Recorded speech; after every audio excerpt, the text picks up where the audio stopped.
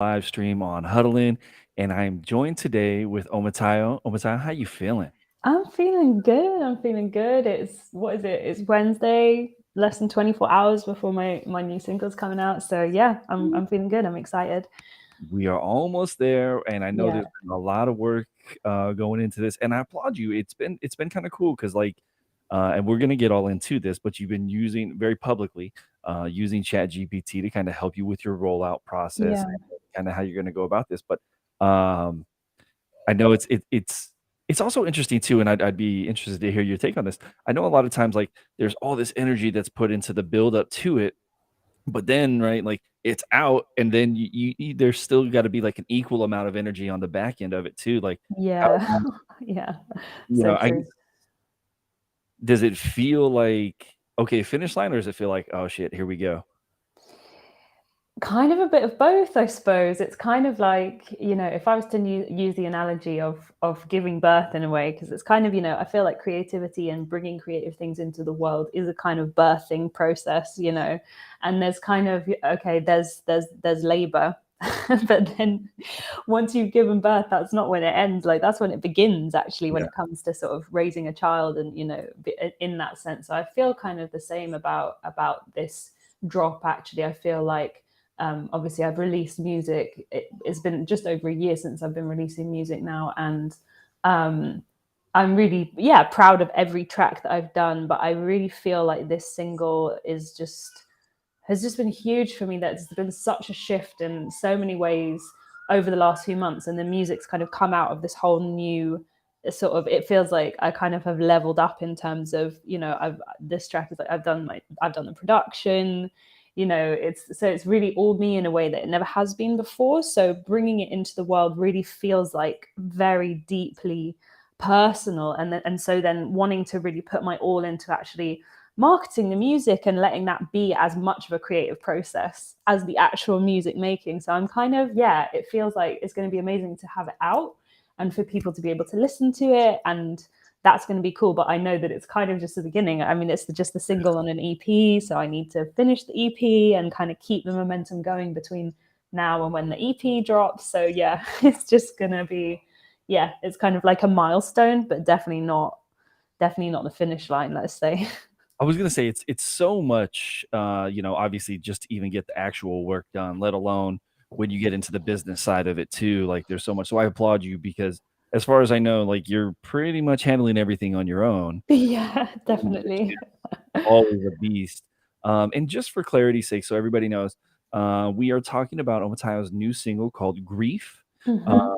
It hits streaming that's tomorrow, right? Yeah, I mean, like midnight, so literally in a few hours it'll be on Spotify, and then yeah, the drop on Sound XYZ is tomorrow at 4 p.m. Eastern. So yeah, yeah. All of the things at the same time. It's Hmm. not too late to hit pre-save if you have not. Yes, that's So true. encourage you, yeah, anybody, if you want to, you can go pre-save this upcoming single called Grief. And I also wanted to say thank you for putting so much thought. It's like, so like I'm reading like what's on sound here, and like very descriptive, and it's very kind of vulnerable and introspective. Um, but I really like it when people share, like, and I maybe I'm in the minority here because I know people don't always read everything anymore, but, I like being able to dig into this, and what I wanna touch on first here is you talking about you being on the production side for the first time, and you note that in your sound notes here too. What was that like? Did it you state that this actually came out pretty quickly, but, when you get into the production, like, there's so much nuance in there, like, how was that process like for you? Yeah, so for this, I have to really shout out my friend Johnny October, who is also within in the space, and I was talking to him towards the end of last year about what I, feeling like I'd, yeah, just had so much sort of forward momentum, especially in Web3, and putting my energy not just into music but also into community building, and I was doing some stuff with the Loser Club at the time as well, so a lot of energy in a lot of places, and I actually was feeling like I wanted to kind of reclaim some of that energy back for the music and really kind of go all in on the music in a way that I never really had before, and was kind of just at this point of like, I don't know what that's going to look like, but that's just how I'm feeling that I need to roll. And he was like, well, if I was your manager, because Johnny's also been in the music industry for a long time, so I really respect his opinion. He's released albums, he's done touring, he's so kind of experienced in that way. And so he was like, if I was your manager, I'd tell you you need to start producing. And I was like, oh no, but I can't. It's like a whole thing. And he's like, listen, just have you heard of Splice? And I had heard of Splice at this point, and had downloaded it several times, like created an account several times, had never got around to actually using it. And he just showed me in 2-3 minutes, like this is how it works. This is what you do. Go have fun. Just go and explore. And then shortly after that, I met another great guy, Artie, who's kind of co-produced especially the vocals with me on this track, and has mixed it. And we met at Art Basel in Miami, and he had a gig, and he asked me to perform. And so I kind of was at this point of like, the music that I make now is not at all suitable for a club. It's very sort of more like a yoga class. So I kind of took that to Splice. Like, okay, let me just see. Johnny showed me Splice. It seems pretty straightforward. I know, in a typical kind of Ruben way of that meme that everybody's posting, I don't necessarily hear it until I hear it. But when I hear it, I know that it is it. So Splice is actually perfect for me because it's not like I need to build every single element bit by bit, but I can sort of hear, oh yeah, that 808 is sick. And then like I can hear a percussion loop. I'm like, yeah, that's going to sound great with that. It's not necessarily genre specific. It's more just like, oh yeah, I like how all that sounds together. And I'm very, for me, it's very binary, like yes or no. When it comes to music, I either hear like, yeah, that's it, or no, that's definitely not it. So yes, Splice is perfect in that way because it's people who have kind of have the sort of musical theory to be able to put together interesting colors, as it were, and then I can just kind of like paint the picture with the palette that I like. So yeah, it was actually, yeah, it was fun. Literally beat was like, oh, okay, cool, I've got a beat in like 10 minutes or whatever, and then like, okay, cool, there's the melody, and oh, there's the lyrics. And then yeah, I think probably within like a 2-hour session I had the song. And then it's been interesting, yeah, just kind of then what just comes through. And then when you kind of listen and you realize like, oh yeah, that's what that's about. So yeah, it's been That's great. a interesting process. That's really great. It's curious, do you have any kind of desire to, like, go deeper down that rabbit hole, like, into, like, Ableton and then, like, really kinda digging in and making each little piece and, like, really tweaking that? Or is it kinda, like, "Hey, I'll work with this here," and then work with people, or, where does your desire lie in the production side? Yeah, it's funny actually because I feel like, um, as I've been as I've kind of had the production element, suddenly, the tools like Splice allowing people like me to feel empowered to be able to start to explore production, it's actually meant that I've started to, where I've always heard in my head melodies and lyrics, but not necessarily the instrumentation. What I've started to experience over the last few months is more like hearing a whole song, and I'm like, whoa, okay, that's crazy. Like, how am I, just so starting to more. I feel like my sort of creative consciousness is starting to expand in that Mm. way of being able to hear things that, yeah, definitely, I would love to have the time to be able to really kind of like get into my producer bag, as it were. Yeah, yeah, for sure. That's really cool, and I'm excited to see that progression because even from a year ago, I think we first ran into each other online like a year ago or so. Yeah, We yeah, had yeah. first started, so it's cool to see this progression on here, and I wanna talk about the actual, like, the song and the lyrics and the emotion behind it a little bit. Like, again, I would encourage anybody to go to sound.xyz, look up Omotayo. You can see, kind of what she means behind this, but I would love to hear it from you specifically. Um, this one is called Grief, and obviously there's lots of different feelings when people think of grief just on a human level. But this also is transferable across dance to you, and you're able to express that um, kind of rhythmically in a dancing way. But I would like to hear about like the actual song and like where it came from, like within you, and how it has now manifested itself into sonically. Yeah, absolutely. So The lyrics, when I didn't like think about a specific experience in my life and then write lyrics for it. It was literally that I heard the melody and then the lyrics just kind of came like that. That for the first kind of verse, I guess you could say, that's say what you need to say, but please can you keep it brief because I don't have time to extract the lies, just leave me here with my grief. It's like I've never actually had said that to anyone or even had that exact experience on the dance floor, which is kind of where this song is set, if you could put it that way. But it encapsulates every heartbreak I've ever had in it, in that I think that for me, it's about being in a place. For me, the dance floor is such a sacred place. I just, it doesn't, and it's not, it's like, it's a club dance floor. It's, jungle bars in Thailand where they play the most amazing music at like 10 in the morning. It's movement meditation dance floors, which are more of a kind of intentional dance space.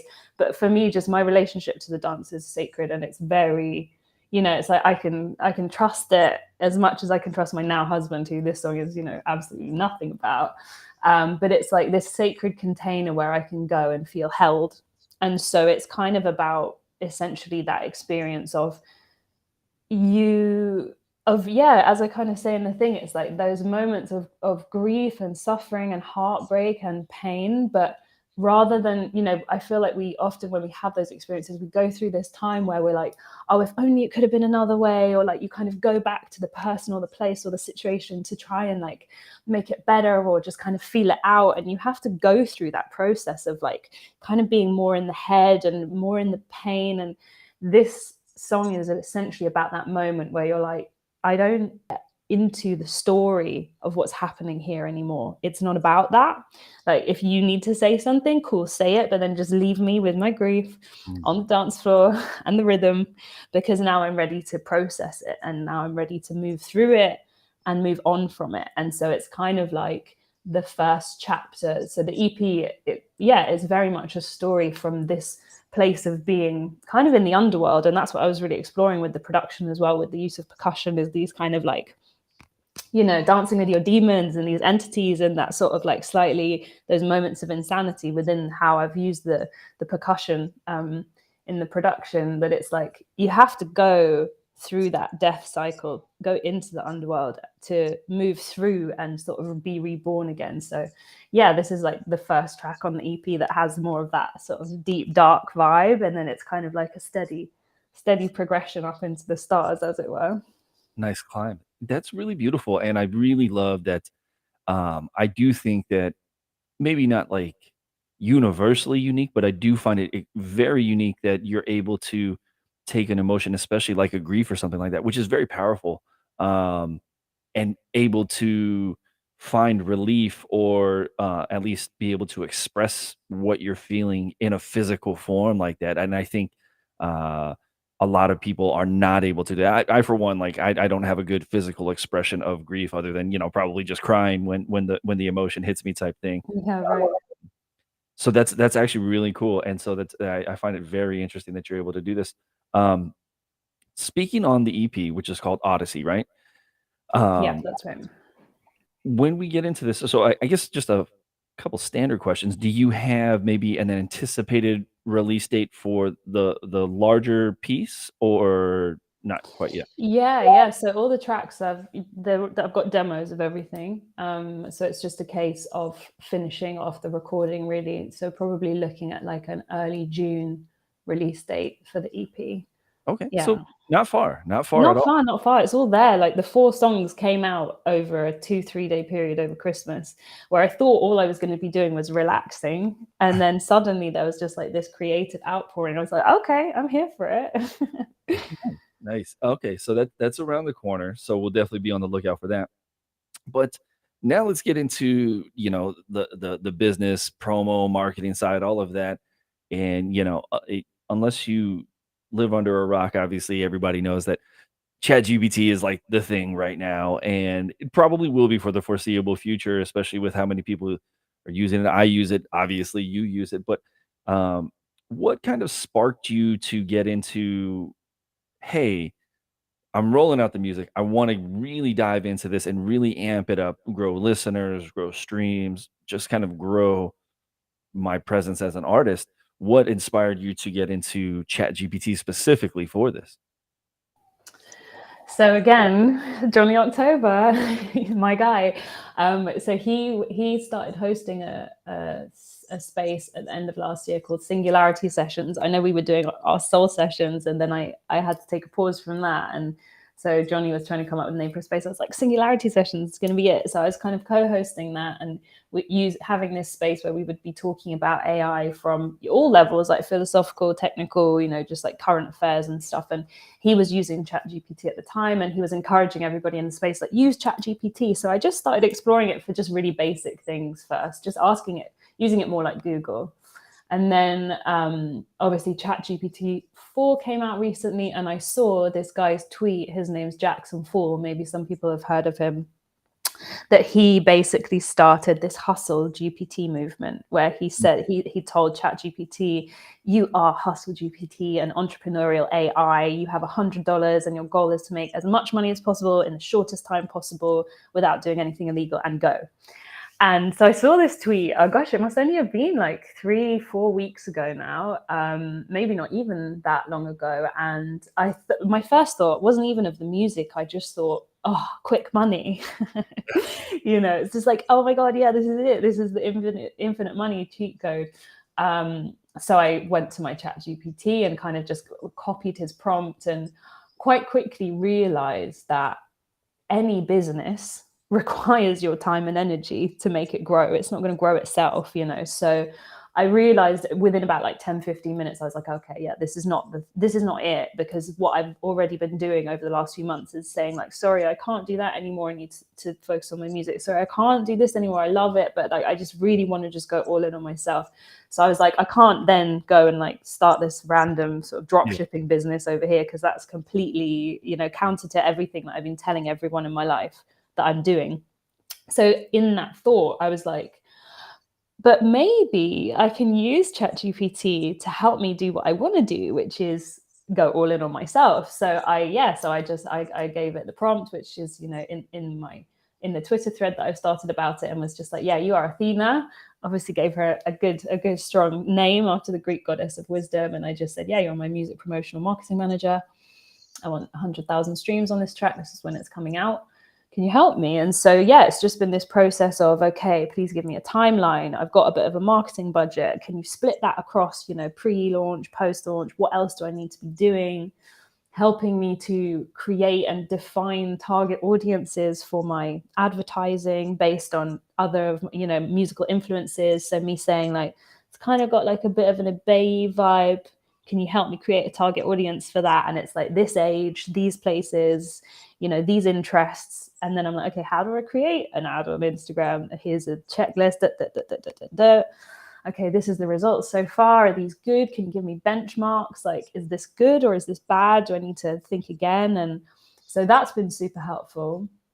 But it's also really unlocked my creativity in a whole other way, because there's a lot of elements of marketing which are really creative. And I think, again, with AI, the possibility to do things that you wouldn't be able to do quickly and easily, such as create an interesting kind of visual just based on cool Midjourney pictures, and then like put your music underneath it. And suddenly you've got a really interesting, intriguing pre-save ad in a way of like, yo, what's going on here? Is it a film? Is it like, what is this? What am I even looking at? So that's been fun, because it's kind of also helped me to just think about my music not just as something audible that you listen to, but actually, like a whole world that you can start to create and build and bring people into with other mediums, as it were.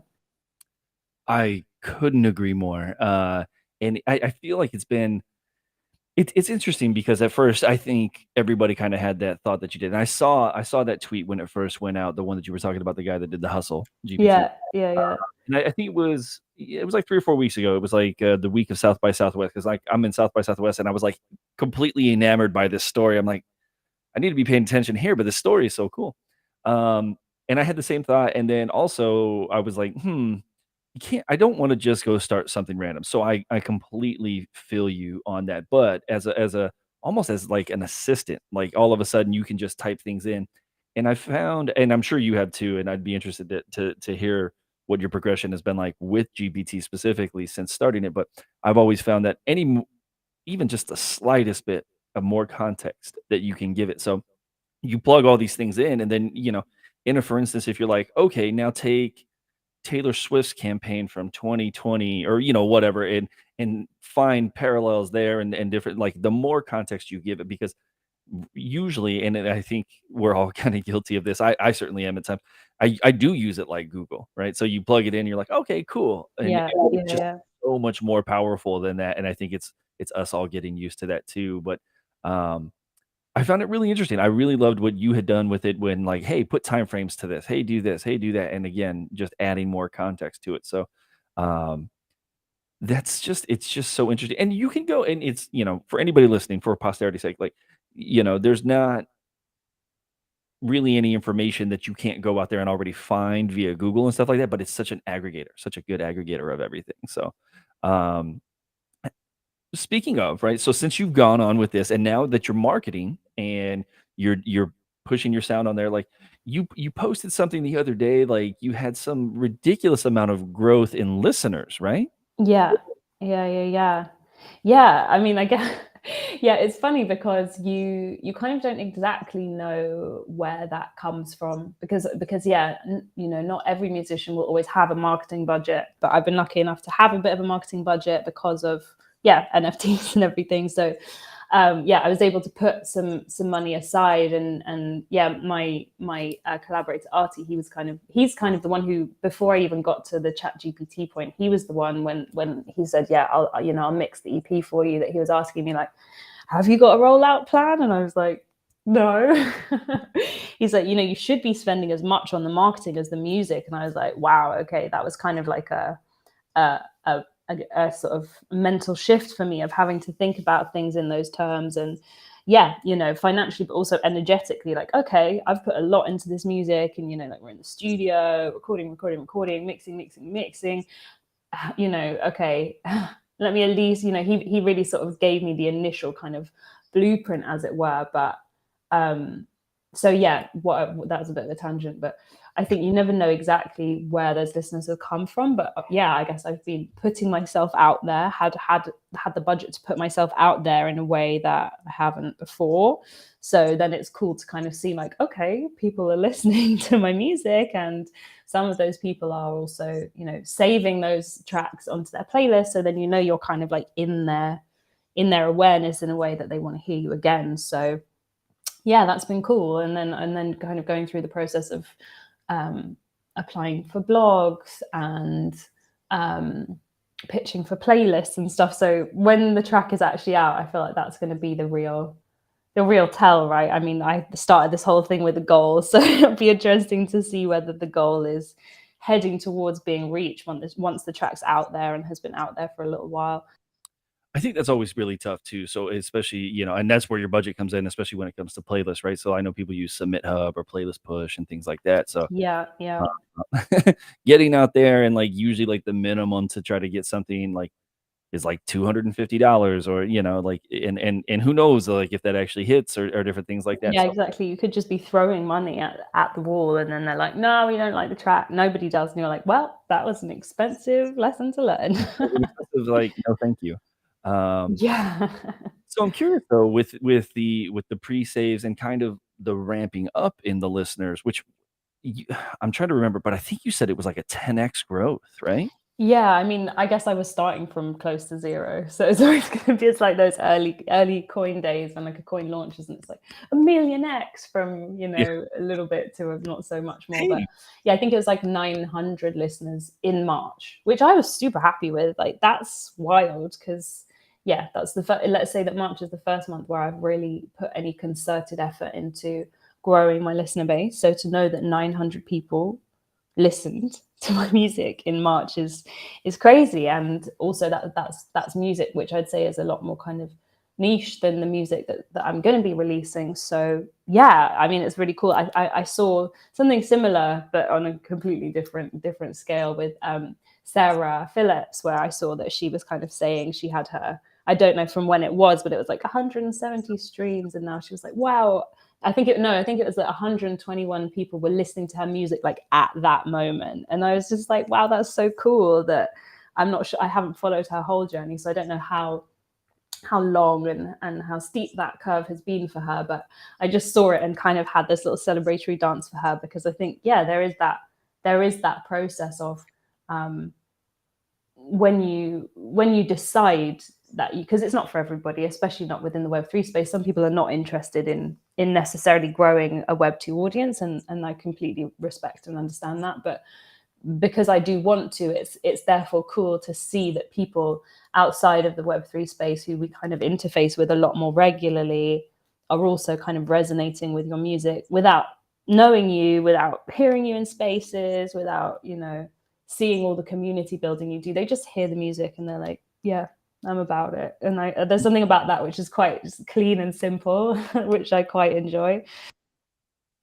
Well, I was gonna say too, so like you adding even 1,000, like, I don't know how lofty this goal is, but like you even adding 1,000 listeners per month. I mean, by the end of the year, that would put you, like, I went and I looked at Spotify, that would put you at like 10,000 monthly listeners. That's not a bad move at all, especially like No, it's not. It's definitely you're, like not. relatively new to like going hard at this like Yeah. for yourself. So like that would be, 1,000 listeners in a month is tremendous growth. So hats off to you. Congratulations. Uh, Thanks. Yeah, let's see if let's hope I can sustain it. Or let's say like I am manifesting sustainability of that growth.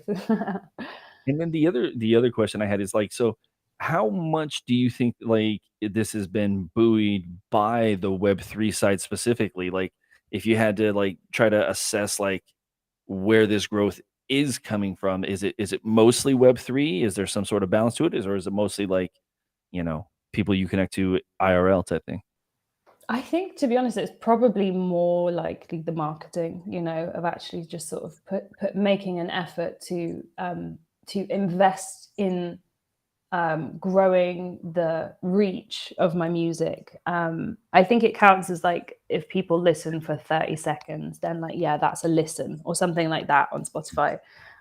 So actually, 30 seconds is quite a long time. Like if you don't like a track, you sort of know whether you're going to skip it in the first 10 seconds, or at least I do. So I think what will be interesting is to see, over, what are the listeners for April, what are the listeners for May, because sometimes I think it can be, if you have a bit of marketing budget, then obviously it kind of like really boosts your numbers. I think the interesting thing will be to see how, the metrics that really show that people are really um, engaging with what I'm doing. So like how many people are following me as an artist, like how many saves does my track have? I feel like those two metrics for me are going to be the ones that really show me that people are connecting with my music on another level. Because I feel like probably I'm still pretty new to the game, but I feel like probably the number of listeners is kind of similar to if you boost an Instagram post is going to get more likes, right? That doesn't necessarily mean that people are going to go to your profile and follow you or comment, so I feel like that slightly deeper, that like extra step is going to be the ones that really help me to see like, oh wow, I've got, even just like 300 followers on Spotify, that would be cool, or like, wow, actually with pre-saves and then some post marketing budget, if I have, like hundreds of saves of grief, that it's like, wow, that's on people's playlist. They're going to listen to that song even like long after it's been released. That's also going to feel really cool.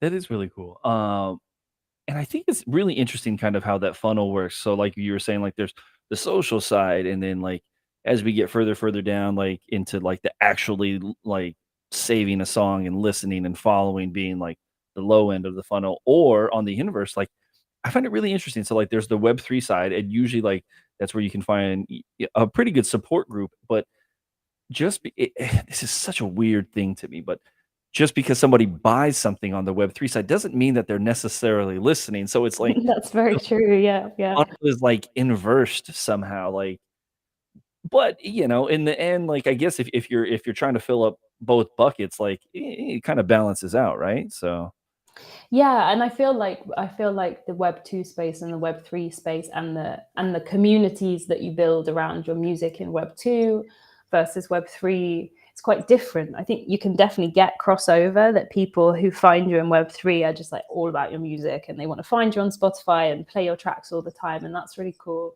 But I feel like you see a lot in Web 3, that it's sometimes I feel like the music is not even the most important thing to people when they kind of collect NFTs. For some people it is. For me, I definitely need to like love the track, but I love the track often and I have a lot of music NFTs, so. But then actually, interestingly, I don't necessarily, there's only a very few tracks that I then also stream. I think A6 by John Waltz is probably my like number one Web3 discovered uh track that I listen to on Spotify all the time because it's just such a banger.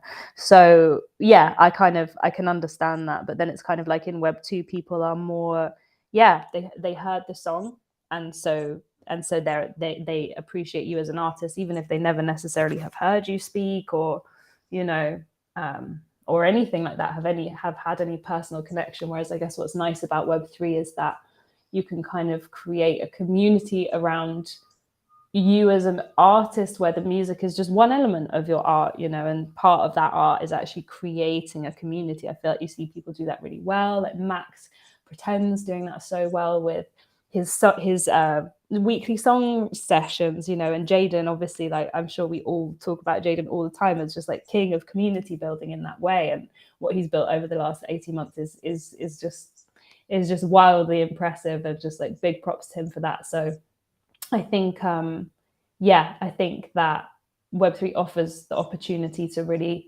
to bring more of yourself than just the music into the creation of a community, and that's really cool. I feel like so many people do it so well, and also there's no two people doing it exactly the same way, which I think is really great. I agree with that. I agree with that. And I also I like that and this is just me giving kudos to you. I like that you are very intentional with the drops. And this is no shade at anybody else, but like there's just not necessarily a need in my mind to drop everything all the time. So I think kind of like, drumming up that demand, right? So like if you have the base, whether Web 2 or Web 3, and like, okay, cool. Well, I'm building up to it. It's coming, but like not necessarily bombarding with people with that. I like that personally. So Yeah, uh, yeah, I know. Yeah, I know what you mean. I feel like part of that is like it's just the way that my life is in being a mom and also having a job. That's like, yeah, this is how much I drop because this is how much time I have for it. But even as that changes, I think there's this whole conversation. I don't know if it's even going on, but to be had around the changing landscape of music NFTs, and the scarcity of people's collections, and open editions definitely being like the meta right now, like very cheap open editions, and I totally understand why people are doing it. But interestingly, when I was kind of having my onboarding session, I had kind of decided I wanted to do a fixed edition. That's just what I had in my head, maybe just because I'm just like OG from back in the day, like that's what I think of as sound drops, is like that. um but then, yes, so many people doing it the other way now, but I just really feeling into it, I was like, no, I don't need, um I've heard people say like, oh, collecting a music NFT is kind of like the equivalent of a like now, and I was like, I don't personally need it to be that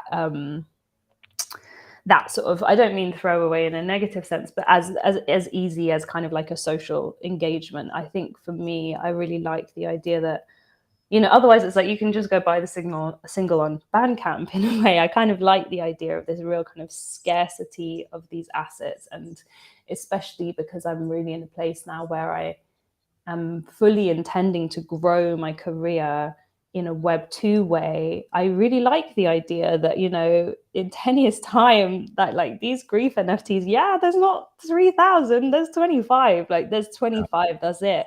And so yeah, it kind of works for me. I totally understand why people do it, and absolutely like no shade at those who are doing it. I'm sure I will experiment with it in certain ways in the future as well. But I kind of, yeah, I like when I try and describe NFTs to people outside of the Web3 space, I always kind of used to talk about it in the sense of, imagine it's like a limited edition digital vinyl, and I kind of like that because I'm just one of those people that, I did collect vinyl at a time in my life, and it's just, there's just something kind of special about it that I like about music NFTs in general. I agree with that, and I just to add to that just a little bit, I think there's any number of tools available to everyone. So, obviously, it's no shade. Like you can go all the way from one of ones to like a million copies of something. I do like being intentional with it and not necessarily making everything always available all the time. I think there's a time and a place. So, like even the mixtape thing that I did on that, like I literally, even with the pricing, right? The whole reason why the pricing came to be, at least for me, is I was like, "This is what you buy a mixtape for." Mixtapes cost $10. Yeah, That's what it yeah, was. yeah, yeah, yeah. Not necessarily that I'm trying to sell a whole bunch of them. Like, if you go walk out on the street, someone tries to sell you that, that's what it is. So I think people maybe trying to think about like why they're doing said things makes more sense to me, but to each their own. But I do applaud you. I like how you're going about this. I like the limited editions. Um, and that's more fun to me. I appreciate that. So I want to reiterate for everybody, if you are coming in maybe later or you're catching this after the fact, Omotayo's song Grief is live in a couple hours on streaming. So Yeah, oh my God, what time is it now? Yeah, so like 4.5 hours can be streamed. So everybody who's pre-saved will be able to listen to it in it's about five around the hours. corner. It's around Yeah. the corner, and then on Sound XYZ, the song goes live tomorrow at, what is this? 4 PM Eastern, so what's that? 9 PM local for you, right? Yeah. Yeah, yeah. And then I've got my drop party half an hour before that, which Sound have actually asked me if they can host it, which is really exciting. So Pull up. yeah, that's going to be cool as well. Um, but yeah, so tap in with Otayo, give her a follow, plug into the music, lots of things going on. You don't necessarily have to buy. You can tap in and when, whether you like this one or you like the next one, she's putting out a whole bunch of work. Got a big EP coming out likely June. So be on the lookout for that. But look, I really, really appreciate you coming on. And it's so funny because you did a bunch of these with us, and we've talked like a million times, but we've never actually sat down in this context. So this is Yeah, this is lovely. Thank you so much, Jared. I feel like you are actually one of the first people who bought any of my NFTs in the space, and kind of it was at that point where I was so new that your support really kind of just like bolstered my confidence, and it's been so lovely to just throughout the year have tapped in different ways and continually kind of found these ways to kind of like, oh, can we keep supporting each other in these different forms, in these different ways. So yeah, thank you so much. It's always nice to have the opportunity to kind of talk about the music and the process. So yeah, I appreciate you. I appreciate you for sure. But I always like to do this at the very end. The floor is yours. If you want to leave anybody with any kind of message, it's yours. No, I don't think so. I think do I have anything that I want to say? I think no, just to thank you again for the opportunity to talk about my process and the music. I really feel like I'm coming into a whole new embodied sense of myself as an artist. Let's put it that way. So yeah, this again, like I feel like you've once again offered me the opportunity to sort of be in that space. So thank you so much, and to everybody listening, thanks for tuning in. Yeah, tap in, guys. Tomorrow's a big day, but it's not the only day. So keep listening. Omtayo's like super responsive. I'm not saying blow her up in the DMs or anything like that, but she's super responsive. So like if you want to show love and do that, I'm sure she will really, really appreciate that. Check in now or after the fact. Yeah, I got a quick plug. If you have not downloaded Huddle In, please give it a shot. HUDDLN. We would love to have you. Hit me up if you have any questions about that app. You can also follow Omotayo on there too. And until the next time, guys, appreciate you for tapping in. Peace.